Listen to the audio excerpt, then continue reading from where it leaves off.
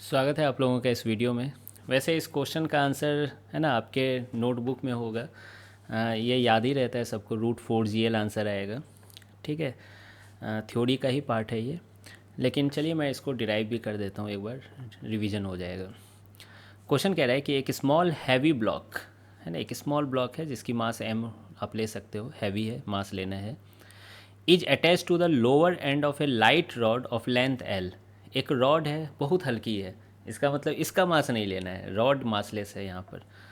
ठीक है, तो एक हल्की सी रॉड है, उसकी लेंथ L है ना। Which can be rotated about it's clamped upper and. तो यहाँ पर क्लैम्प किया हुआ है। ठीक है, ऐसा मतलब काटी ठोक दिया गया है यहाँ पर, है ना, फिक्स कर दिया गया है। तो ये रॉड ऐसे ऐसे सर्कुलर पाथ में घूमना चाह रही है। तो क्वेश्चन है कितना मिनिमम स्पीड दें कि ये अपना वर्टिकल सर्कल कंप्लीट कर ले। क्योंकि बहुत मिनिमम दे दोगे तो यहाँ पे जाएगा और फिर वापस आ जाएगा ऐसे, और ज़्यादा दोगे तो यहाँ पर आकर फिर वापस ऐसे ऐसे करने लगेगा, ऑसिलेट करने लगेगा। तो एक मिनिमम स्पीड होगी कि वो यहाँ आएगा और यहाँ आएगा, बस फूक दो थोड़ा सा, या मतलब वही आंसर है। ठीक है, तो ये वापस है ना, क्या कहते हैं, नीचे आ जाएगा। ठीक है, और ज़्यादा दे दोगे तो फिर तो वो आराम से घूमने लगेगा, इसलिए मिनिमम पूछा गया है यहाँ पर। तो क्यों ना मैं ये सेकेंड पार्ट भी बना देता हूँ। सीधा चलो सीधा चलो, ये ऐसे करके सीधा नहीं बन पा रहा है, ऐसे कैसे नहीं बन पा रहा है। तो ये समझ रहे हो, यहाँ पे ब्लॉक आई, ये ब्लॉक मास m यहाँ पे आई। तो मैं क्या कहता हूँ कि यहाँ स्पीड अगर 0 भी कर दो तो फिर मैं, है ना, आगे वो संभाल लेगा, वो घूम जाएगा। ठीक है, यहाँ पे स्पीड की वैल्यू 0 भी हो जाए तो क्या कर लेंगे हम लोग, ए और बी के बीच क्या कर लेंगे, एनर्जी कंजर्वेशन कर लेंगे।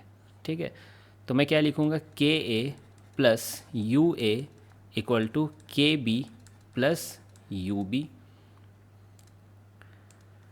ठीक है, इनिशियल काइनेटिक एनर्जी ए पे कितना है, हाफ m यू मिनिमम का स्क्वायर, प्लस पोटेंशियल एनर्जी एक पे किसकी होगी, तो ग्रेविटेशनल ले लेते हैं।